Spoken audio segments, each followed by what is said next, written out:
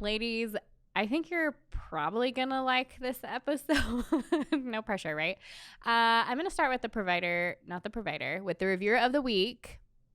This one's about providers, guys. It's all about red flags that your provider might not be right for you.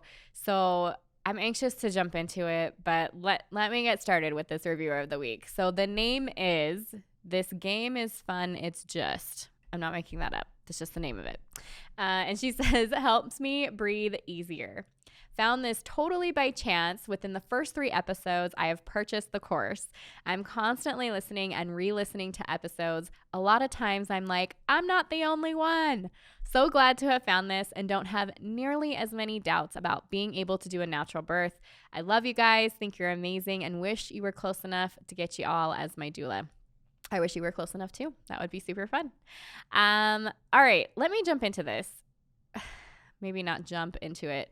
Red flags, you guys. I hope as you're listening to this that some of these responses are cringeworthy, and that if you've ever had one, that all of a sudden you're going to be like, okay, now I know exactly what I need to do, and that is interview a different provider. Here's the thing. Have you interviewed your provider? Did you know that not all providers are created equally? Sometimes we choose providers based on their location, what hospital they work out of, if your insurance covers them. I might be speaking of myself here, or even just randomly choosing them by name, and I am not joking. Sometimes you just get a list of providers and you're like, okay, yeah, that's the hospital I would like to be at, and that name sounds profesh. Let's use that one. Okay, that's a real thing. But I think what is going to be really important for you is knowing the right questions to ask, so that as you get closer to birth, you can figure out if this provider is going to help you achieve the birth that you are envisioning. Now, I want you to pay attention to the questions that I'm asking below, because as I go through this and I start asking these questions, these might not be the same questions that you would have. And so some of these answers are not going to be your red flags. In fact, some of these answers might be just fine for you. So keep that in mind. These are not questions that I think everybody should ask. These are if you have this question, because this is your experience that you want for your birth, is this response a red flag for you? So keep that in mind. I don't want you to feel there should be no judgment here about how you choose to give birth. But I hope you're going to get the overall message, right? And the idea of how to figure out if your provider is the right one for you, if they're part of that supportive birth team, or if there's someone that you want to swap out, which is totally fine for you to be able to do. Okay, so let's start with this one. I would like to have an unmedicated birth, and I don't want to get the epidural. How do you feel about that? Here's some red flag responses for you. First-time moms always end up getting the epidural. Yeah. How about we'll see how it goes? That is a more common response than you think. Here's another one. A lot of moms feel that way to begin with, but they end up getting it anyway. So just plan for the epidural. Or that's fine, but let's have you sign the consent form when you get to the hospital, just in case you change your mind. Some of those are kind of that backhanded, like it sounds supportive, like, yeah, that's a great idea. That's fine. You know, a lot of moms feel that way. So, but if you do choose to change your mind, let's just make sure that you've got that consent form signed, so that we can make sure that you don't have to deal with that while you're having contractions and things. You can just get your epidural. Okay, why are those red flags? Because none of them are super supportive in saying, here's a non-red flag response. It would be, yeah, that's great. However you want to give birth, right? Like common sense tells us that that's what that would be. But sometimes it's just the response is so maybe jarring or kind of supportive that you're like, okay. So if you leave your hospital or your appointment with your provider, and you're kind of thinking back on that conversation, you're like, wait, how did that response really make me feel? And it doesn't feel super good, then that should tell you, right, that maybe that was kind of a red flag response. Here's another question. What is your rate of cesarean births? Some providers really hate this question, you guys. And it might be because their cesarean rates are a little higher than they should be. It might be because, I don't know, maybe some prideful, whatever. I know that we had a provider on here previously, and we had talked to him kind of about the cesarean. It was Dr. Nate Fox, and I'll link to the episode.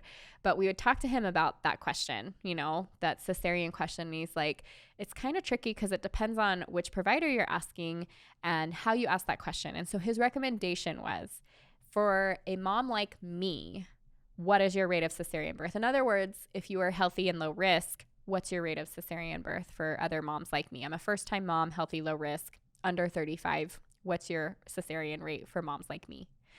And then too, if you're like, I have diabetes or preeclampsia, or I'm over the age of 35 or whatever, you create that question based around you and asking him how he deals with other patients that are just like you. So here's some red flags responses. Avoiding the question, saying something like, nah, that's really not an accurate measurement on if you're going to need one. That is completely avoiding the question. How about if it's over 5 to 10%? Here's a red flag. Sorry. If it's over 5 to 10% on healthy, low risk moms. So if your provider comes back to you and says, well, you're healthy, you're low risk, but my rates are still around 30%, which is the national average, that's a red flag response. Healthy, low-risk moms should not have a cesarean rate as a national average of 30%, just so that we're clear on that one.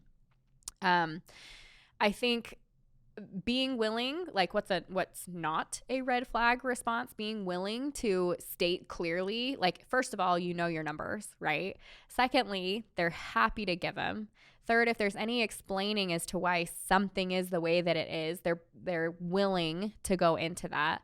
And then it should create some communication, right? So we don't want to come at our providers with this question of, like, first time you meet them, what's your cesarean rate? With some attitude. It should be a conversation. But as part of that conversation, this is absolutely a question that should come up. It's also something that you can call ahead of time. You don't have to ask your specific provider. And you can just ask the front desk and say, I am interested in this provider. Can you tell me what their cesarean rate is? Just to get an idea before you ever go in. If you already have a provider, trust them, and you're just looking for a little more information, then that's a question that you can ask probably pretty comfortably within your appointment. And if you're feeling like there's any reason that that's not comfortable because of the response that you're getting back, even the feeling on how they're responding to it, then pay attention to that, right? Because we know any relationship, we know when it's comfortable, when we're being respected, when someone's being kind to us, or if there's something underlying there. And so pay attention to that. That's very real, and it's something that you're going to have to deal with the rest of this pregnancy. Every time you're talking to your provider about your pregnancy, you're going to have to feel that or deal with that. And particularly when we're talking about labor and birth, that is a space where you are going to be your most vulnerable that you have ever been. And so you should only have people in that space as much as possible that are going to really respect you and love on you and appreciate how you choose to go through your birth process. Okay, here's another question. What is your policy on induction if I remain healthy and low risk? Here's some red flags. I like to get an induction on the schedule at your 38-week appointment just in case we need to use it, but otherwise it shouldn't be an issue. That seems like an okay response, right? But it's not. There's no reason to plan on scheduling an induction if you don't believe that the majority of women that are healthy and low risk need one. It should never hit the books. The only time we should talk about scheduling an induction is when we reach a point that we actually medically necessarily need to do that. So I'm so glad we're doing this episode, you guys. Here's another one. Most first-time moms may need help getting things going, so let's just wait and see. Wait and see seems like the safe thing to do, right? But what about that whole most first-time moms need help getting their bodies? How did people exist from the beginning of time? Did most women not go into labor and have babies? No, it's not a thing. So let's ignore that. Here's another one. Going past your due date can be dangerous and even cause your baby to be stillborn. Let me say that how you would hear a provider say it. So you've asked, what's your policy on induction if I remain healthy and low risk? And they come back and say, going past your due date can be dangerous and it can even cause your baby to be stillborn or die. So it's actually really important that we talk about and plan on scheduling an induction in case you do pass that due date. Okay, that's a little scary to hear as a mom, right? When information like that is given to us that tells us we might be harming our baby, that death is involved, all of a sudden everything goes out the door in our minds, right? Like, boom, we're not the experts anymore. We don't understand what's best for ourselves and our babies. This person is clearly like they know what they're talking about and they're trying to keep us safe because they've used these scary words, but something's not feeling right inside.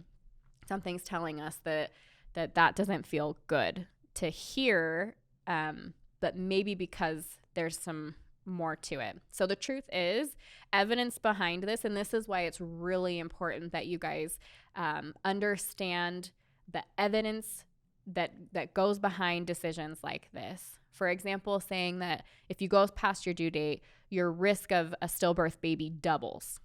Okay, that sounds really scary. But if we know that a healthy low-risk mom, her risk of a stillborn baby with or without an induction is, we'll say 1%, 1 to 2%. I think it's actually just 1%.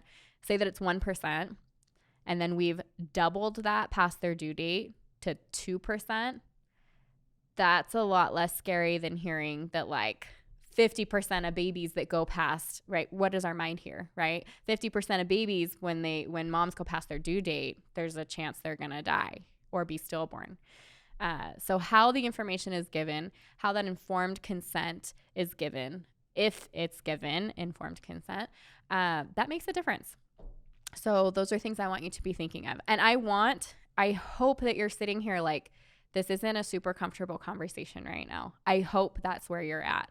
I want you to have the information so that when it does come up, you're like, I've felt this before. I remember hearing that on the podcast and how I didn't like it, and how if I heard that from my provider, that was going to tell me I need to seek a different provider. That's where I want you to be right now.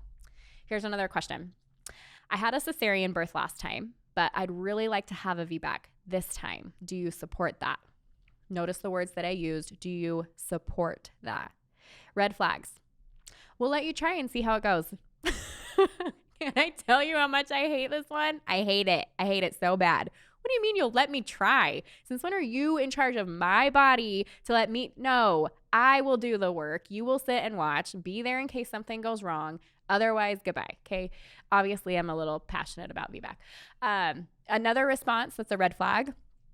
It's actually unsafe and dangerous to attempt a VBAC, and it puts you and baby at risk. I don't recommend it, and I think it's probably safest that you plan for another cesarean birth. I've absolutely heard this one. I've heard both of those, actually. That's not evidence-based. In fact, if they're going off of because your uterus is going to rupture and you and baby are going to die, because death is the big thing that gets thrown at us. I know this is a heavy episode. Maybe I need to go back and flag it at the beginning to just let you know that it's going to be a little triggering maybe. But that's the truth, right? They use these scary words sometimes, and providers that are not supportive of something like VBAC are going to say things like what you just heard. And you're going to have to decide, because once you hear that, right, as a mom, you have to process that. You have to think of that. You have to decide, am I putting my baby in danger? You're the one that holds all the weight for that. And so, if you don't have that knowledge and information and education and know that the evidence actually says it's just as safe for a healthy, low-risk mom to have a VBAC as it is for them to have a vaginal birth, there's just as much risk, then hearing something like this is really jarring. Okay, here's another red flag. You can try for a VBAC, but I'm going to recommend that we induce early to give you the best chance. What? Why would we go for induction? You guys, if you've never had a cesarean, induction is something that can lead to a cesarean. So why would we say this mom had a cesarean, let's make sure that we induce and give her a less chance of being able to have that baby vaginally? That is not an evidence-based practice. I'm sure that I could go off and there'd be a lot more of these, but I want to give you an idea of what this looks like coming from a provider. So things that tell you that somebody is VBAC supportive is when they say something like, absolutely, there's no reason you shouldn't do that. It's actually safer for mom and baby for you to aim for a VBAC, and I'm here to support you doing that. That's what supportive looks like. If it doesn't look and sound like that, find someone that is. It'll change your entire experience. You'll be grateful you did, 100%. Okay, next question. My 20-week anatomy scan shows my baby measuring big. What does that mean? Red flag. It means we need to move your due date up a couple of weeks. Meaning, if your due date was May 12th, now it's May 5th, or now it's May 1st. And why does that matter? Because all of a sudden your 40-week mark has moved 2 weeks earlier to a 38-week mark. And so if they're saying you're 40 weeks when you would have been 38 weeks, then when you go over that 40-week due date, they're going to start pushing induction. Particularly when you hit 41 weeks, they're going to want to push induction. If you don't know that your anatomy scan at 20 weeks is not an accurate measurement of how big your baby is or how far along you are, you don't know to push back on that. You don't know that's not evidence-based. But if you do know that the best, most accurate way to measure that aside from knowing your menstrual cycle and ovulation dates, which are going to give you the most accurate if you absolutely know that, without knowing that, if you don't know that an ultrasound between 11 to 14 weeks is the most accurate measurement for your baby, and that after that, it can actually be dangerous to move that due date, then you're going to say, oh, shoot, my baby's coming a little early. And then when you hit that 38 weeks, which you're now told is your 40 weeks, you're going to be just as nervous as that provider that baby's not here and what's going on. Okay, another red flag for that anatomy scan. We'll need to watch and wait and see if we should schedule an induction, right? Wait and see sounds safe. That sounds like a good plan. If the wait and see is coming from an anatomy scan showing a bigger baby and that's all you're going off of, if that's the only thing, that's not evidence-based. That's actually a red flag. Okay, here's another one. Shoulder dystocia is a problem with bigger babies, so we may need to induce, but we'll wait and watch. That's true when you have a rather large baby, that shoulder dystocia might possibly be an issue. First of all, big babies don't mean you're going to have shoulder dystocia. Big babies don't mean a mom can't vaginally birth her baby. Look it up. Women give birth to 8, 9, 10, 12-pound babies vaginally without complication. So that is not an evidence-based reason alone off of a 20-week anatomy scan to talk about shoulder dystocia, scare a mom, and talk about induction or induce. Again, I hope you're a little uncomfortable. Also, I love you guys. Keep listening. Okay, let's go into our next question. What if I feel like you guys aren't going to like me after this episode. Just hang in there. I am doing this because I love you. So hang in there. I wish there were people in front of me and I could gauge like how you guys are feeling off of this right now. Next question. What if I don't want to get my Tdap or my COVID-19 vaccines during pregnancy? What are some red flags? Here's a response. Why wouldn't you do that? It protects you and your baby. Okay. That could totally be true. That could also be that person's opinion. I have every right to what goes into my body and to make those decisions for myself and my baby. Maybe you have whatever reason. You don't need to have any specific reason, but maybe you have a very specific reason as to why you're not planning to get those. But that's not a supportive response. Another one, that's your choice, but it can really harm your baby. That's another one where the fear-mongering. Informed consent is one thing. Pushing the fear behind it is another. Telling a mom she's going to hurt herself or her baby because of a decision that she's made that she has every right to choose is not okay. That's not an evidence-based response. If he or she believes that, that's fine. Providing information, like a good response would be,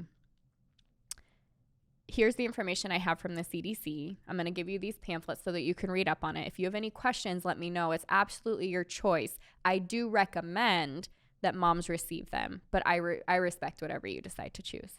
That is a supportive response.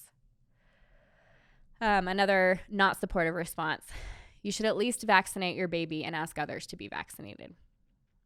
Okay, how does that feel hearing that? Like, if that's your choice, okay, like, what are you going to say to that? Like, that opinion or how they're feeling about it. Maybe they've got, maybe they had somebody that died from not vaccinating or whatever. Like, they're, emotions both ways, but that's not evidence-based informed consent. And that's what we're going for here. I want to scoot back just a sec, because for the 20-week anatomy scan, I didn't tell you what a good response would be. So if your anatomy scan shows your baby's measuring big and you're asking, what does that mean? A non-red flag response just means your baby's measuring big. Ultrasounds can actually be off a pounder or so, give or take. We don't see any other reason for there any other issues for us to be talking about anymore. But if we see something or we have any other concerns, we'll let you know. That's an appropriate response. Sorry, I had to go back. Okay, here's another question. I'm making my birth plan, and I'd like to go over some of the things I have on here. Red flag. We actually don't accept birth plans here. It just makes it harder for everyone because it never goes as planned. And that might be true. Okay. Birth is one of those random things. Like, there's kind of this joke of like the birth fairy, right? Like, comes in and like messes everything up. You never know what you're going to get. That's true that things don't necessarily always go as planned. But I mean, couldn't that be said about anything? Couldn't that be said about life, your job, your home, your kids? Like, so let's not have a plan. Like, there's an earthquake coming and we know we probably should have tied down this stuff and, had extra water and food, but things don't go as planned. So we didn't do that. That's the dumbest thing. Anyways, if you're here and listening, you know that there are things that you are in control of, and absolutely you can have a plan or a map. And even if maybe you don't write it and send it to this person, like, you can still, it is so smart to plan. Of course you're going to have a plan. I hope the doctor has a plan, right? Everyone should have a plan. So that was a red flag. How about you can, but some things are non-negotiable? Well, okay. Maybe that sounds like a not super awful thing. Like, okay, like at least I'll get some of these things, right? But who comes at you and says some of these things are non-negotiable as the response? Like, maybe there are some things that a provider is feeling like, this is how I practice, this is what I do, but how are they responding to you? It makes a difference. And another one, I can't really control the birth, so you can plan, but just don't count on it going that way. So kind of that, like, I don't know if cocky, prideful, you know what I'm talking about though, if you've had it, where it comes back at you and you're like that's out of my control, but sure, like, do what you want if it makes you happy. Like, does that make you feel good? Does that make you feel supportive? That's not a supportive response. A supportive response would be something like, yeah, we take those all the time. Let me take a look at it. Do you have any questions? Make sure that the nurse has a copy, and we'll make sure that we do as best as we can, sticking to that plan, all things provided or considered. So those are the differences. And if you're with somebody where you're getting kind of some of this pushback and you interview someone, I see this happen all the time. It's my favorite thing. And you interview someone that all of a sudden that person is supportive. You're like, whoa, I didn't know that could exist. I assumed everybody was going to be like this, or I didn't realize I could have this kind of support, like just leave the office feeling not scared or anxious or heavy. It makes a huge difference. All right, just a couple more, you guys. How about, I'd like to have a doula at my birth. How do you feel about doulas? Red flags. We don't work with doulas. We've had some bad experience, and we think it's probably best to not have them in the room. That makes me more concerned, not about the experience that they've had with doulas being inappropriate, but about what they're offering or recommending that doulas are giving moms a little more information on, and that they're not going along with it. To give you an example, and this isn't a doula thing, but I remember talking with a childbirth educator that works in a hospital setting. She does the childbirth education in the hospital setting.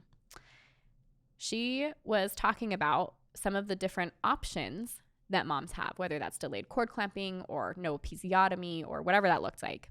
And she actually had a provider come to her and say, you need to stop teaching that. That's not how I practice, and I'm tired of women asking for it. These are real things. So if you don't have a supportive provider, they would say something like, sorry, I don't want doulas in my area. I'm going to practice how I'm going to practice, and I don't really want you pushing me back on that. Obviously, they're not going to say it like that, but that's really what the underlying cause is there. Here's another one. I think they're probably a waste of money, but it's your choice. Ooh, someone doesn't like doulas. So that's another one.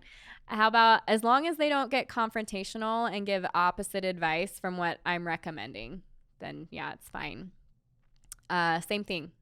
All of those tell me that this provider or these providers, depending on how they're responding, have an issue with doulas because they want to practice a certain way, and doulas are making it so that they have to offer things that maybe they don't feel like offering.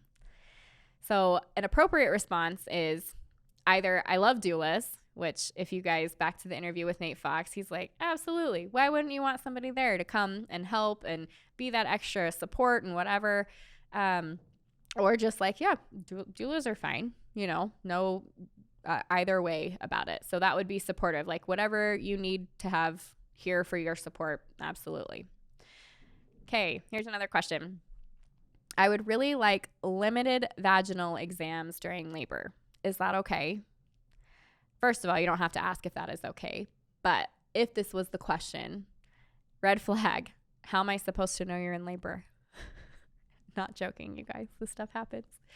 How about the fact that you're having contractions and breathing deeply and you can't talk because the contractions are so intense and you're swaying your hips and you're sweating and your stomach's hard and all the things? How about all that? There's a lot of ways to tell a woman's in labor. Okay. How about there's really nothing to worry about. The risk is low, and it's actually going to give us some good information about where you're at in labor. Well, that seems like a good response, right? Or like a fair response. There's nothing to worry about. Okay. Risk is low. Okay. Helps us know where you're at in labor. That's not even real. Okay, so I shouldn't say that. Dilation is a part of the story that tells us where you're at.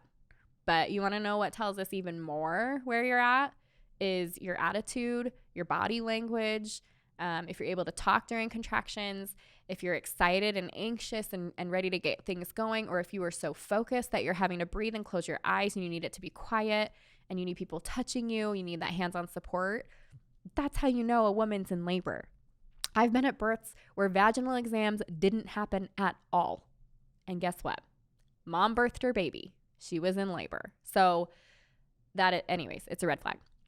Another one, unless your water is broken, we really like to be able to check every few hours to see where you're at and to know if we need help with progressing, because moms don't always know. Another red flag. In that case, and I made these responses. So I like that this provider said, unless your water is broken. I mean, a lot of providers, or even if your water is broken, they still want to get their fingers in there and check things out. But I mean, you've maybe heard me talk about this. You can be 4 centimeters for 6 hours and then all of a sudden jump to 8 or 9 centimeters or be complete in like 10 minutes. So the duration, that's actually really troubling. If they're saying we need to check every couple hours so we can decide what we've got to do, that's not accurate. That's not going to give them enough information to make a good call for you as to whether or not they should start something like Pitocin that's going to drive you nuts, or other things to augment labor. That alone is not enough information. Plus, they're super uncomfortable. So what's a good response to I'd really like limited vaginal exams is, yeah, that's a great idea. We'd like to do one when you get to the hospital and make sure that you're in labor and things. But after that, it's up to you. You can actually deny that one too. I mean, you can tell when somebody's in labor. It's your body. You can deny every single one. That's a very common one. That's one that even a lot of moms are curious, like, okay, yes, please tell me. Because if I'm not 4 centimeters and I don't have to be here, I would like to go back home. Like there is absolutely, you can do that. But anyway, so that would be like that would be a good response, is like, yeah, no, whatever, it's your body. Okay, question. Can we wait to clamp and cut the cord until it stops pulsating? Red flag. Yeah, it usually only takes about a minute and then it's good. That is not evidence-based. It is not done pulsating after a minute, but sounds supportive, right? How about waiting actually causes more jaundice and makes it less safe for baby? Okay, this is a half truth. The more blood that baby gets, they actually do increase their chance of jaundice. It doesn't make it less safe for baby, and there's other benefits to baby getting all of their blood. And so that's where you're going to have to come in with that information and be like, actually, so this, and how do you feel about it now? Truth is, he should probably, or she should probably know these things. Another red flag. No, we find it doesn't really make enough of a difference, and it kind of allows us to get working on you and making sure that you and baby are doing better quicker. So we don't clamp or we don't wait to clamp and cut the cord. We do it right away. Obviously, that's going to be a red flag if that's something that's important to you. If that response has no, if you respond back, well, I'd still like to do it, and the response is, yeah, I'm sorry, we just don't do that, and it's really important to you, then you know that's a red flag. That's not going to work. You're going to have to get a separate provider. But anyway, so and a good response, what would that look like? Like, oh yeah, totally. First of all, the best response is, oh, that's what we practice already. You don't even have to ask for that. You don't have to put it on the birth plan, right? The other one is, yeah, just make sure it's on the birth plan so that we remember to do that. But we're happy to do that for you. Though that would be supportive. And then there's a bunch of other things that we could have asked and gone through, right? Like, what if I want to delay newborn vaccinations? Or will you make me and my baby get COVID tested? When is an induction necessary? Can I eat during labor? You can just picture all the responses right now, right? Is there a birth ball or shower for laboring? Or will I need to be in bed? Will I need to be connected to monitors constantly? Is there a dye-free option for the glucose test? All the things that you can probably picture are irritating doctors everywhere right now. Sorry. What are my options if I have gestational diabetes? Red flag if they say you need to be induced early before knowing if anything definite. Oh, here's a red flag, right? Do you guys remember this one from my birth story? You're going to need a C-section because women with size 5.5 shoe and smaller tend to have C-sections. Psychotic red flags. I don't know. You guys, help me out here. Okay, here's the thing. We usually know when we're with the wrong provider, right? Call it intuition, call it common sense that we can't hear when we're standing in front of a provider and everything goes blank when they start talking about all these things.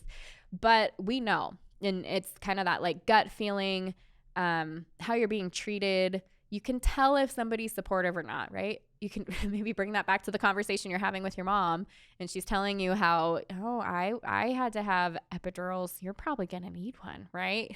Like, is that supportive? No. You know what supportive looks and feels like. Two, like, right, something to look at, like how quick are they to dismiss or give you a half truth or laugh it off or ignore it, or even some kind of like eye rolls and a shrug. This is actual, like, these are things that happen to mom in response. How much are they listening to you in the appointment? Are they in or out? Do they remember the questions or things you had talked about from the last time? Is any of that coming up? Remember this, you hire them. They work for you, but it doesn't always feel that way. There's absolutely feels like there's a hierarchy and that this person has control over your body and your decisions for you and your baby. If you're feeling that, do yourself a favor and get a new provider. Interview somebody else, even just one other provider, and see how you feel, and then do it again. It's weird and uncomfortable maybe at the beginning, but I promise you are never going to regret it, because when you find that supportive provider, you'll be like, oh my gosh, I wish I was never with this other provider, or I'm so glad I did this. You're never going to regret finding somebody that's going to support you. I will say there are some situations where moms get stuck with providers, right? Kind of how we talked about,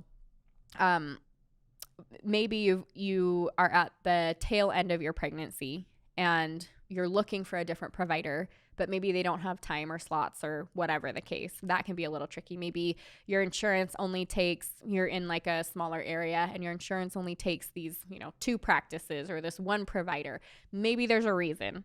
It doesn't mean that you're going to have an awful experience, but I think it's really important that you have those conversations, figure out what the red flags are so that you can go back and decide, this is what I'm going to have to fight for, what is very important to me that I'm willing to fight for.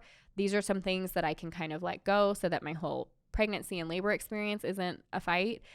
But then to educating and getting your partner on board and doula or whoever you have with you to make sure that you have a couple people there that can help you voice what matters to you and advocate for yourself. That's what's going to matter if you end up in that situation.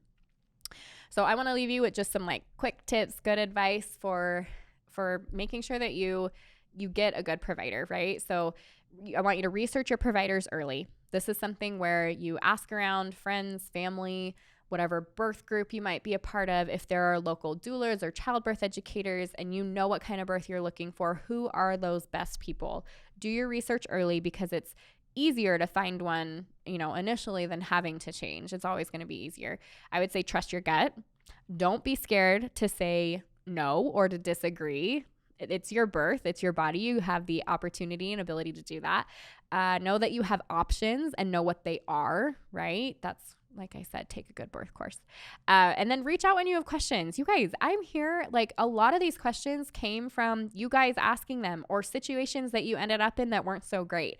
I'm taking that because I know that you guys are running up against these issues. I know that.